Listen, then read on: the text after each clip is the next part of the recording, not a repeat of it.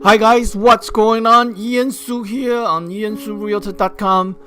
Today we want to talk about how to find a notary.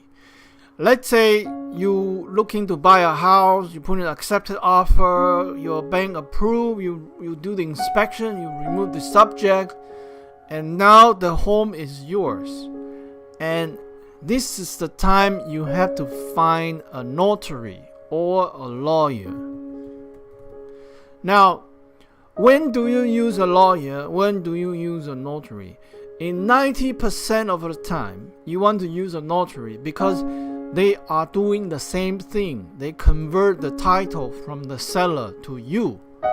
So, the advantage of notary is it costs less money. Lawyer usually is extra $200, $300 you have to pay.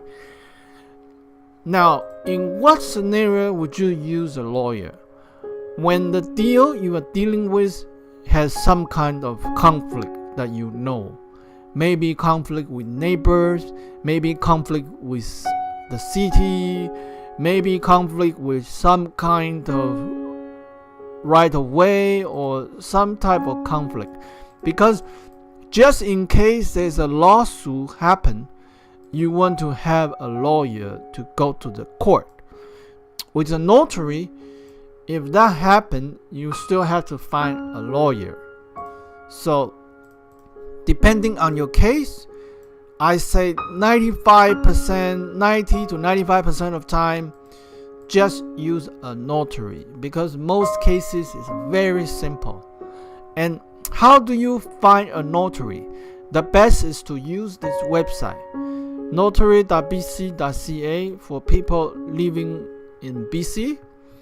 So go on to the website, then it looks like this, and you can find a notary by postal code, and notary by city, notary by language, and notary by last name. So it's very helpful if you can find a notary with your language. Let's say, for example, I have a type in here Russian. So let's say you speak Russian, because their fee is pretty much the same. So you want to find somebody who can speak your language, easier to communicate with you. Sometimes you might go, oh, my English is very good, I don't need somebody who speaks my language. Then you can go by the city. So you want to go whatever closest to you.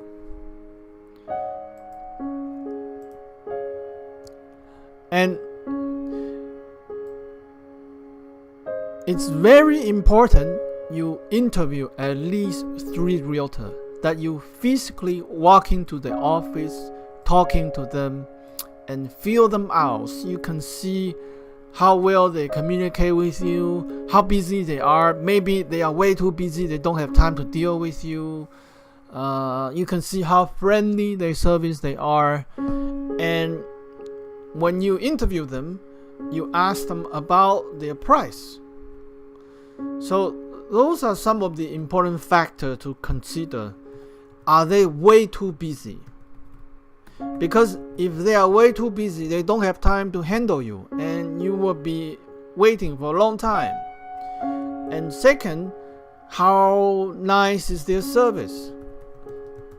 Because doesn't matter which notary you go to, you pretty much gonna pay around similar money. Maybe the range would be a couple $100 difference. So you want to make sure they show you their good customer service. And finally is their fee. And by talking to 3 different realtors, you might find a person who is a little bit cheaper. You might be able to save $50, $100, a couple $100 there. And final tip is to ask if they have planned to go away.